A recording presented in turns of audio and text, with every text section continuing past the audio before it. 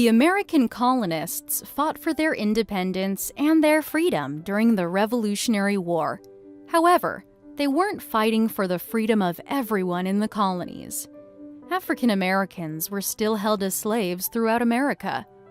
The first casualty of the Revolution was Crispus Attucks, an African American who was killed in the Boston Massacre. Attucks may one day have become a patriot soldier, but as a slave, he wouldn't have been allowed. During the Revolution, the British asked slaves to join their side as soldiers, promising them freedom when the war was won. Southern Americans didn't want slaves to join the fighting, afraid that after the war was over, their slaves would rise against them. It's no surprise that hundreds of slaves signed up to fight for the British. But even with the rule against slaves in the Continental Army, there were many African Americans who served bravely. Some were Northerners, some were needed specialists like mechanics and drummers. There were even a few Southern slaves who were paid to fight in their owner's place. Although most colonists at the time did not trust African Americans with guns, George Washington enlisted some black men as early as 1776, when he badly needed soldiers. In 1778, Rhode Island voted to enlist slaves in the military.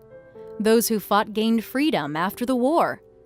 The 1st Rhode Island Regiment, a fine outfit, had, at its peak, 600 African American members.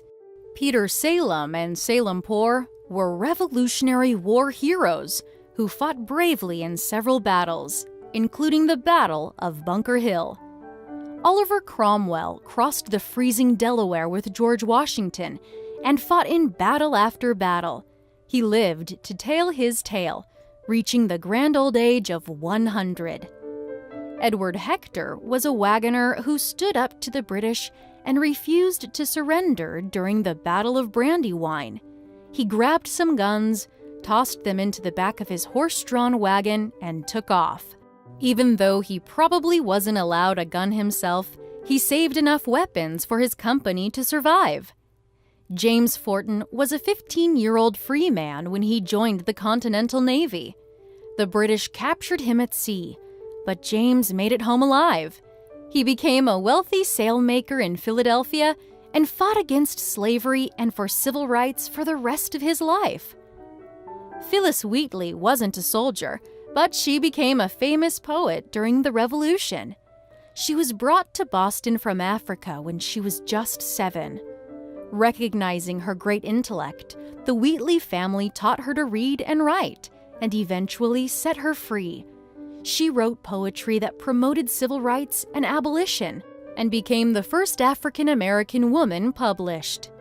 Wheatley, along with these other brave Americans, helped the colonies during the Revolution.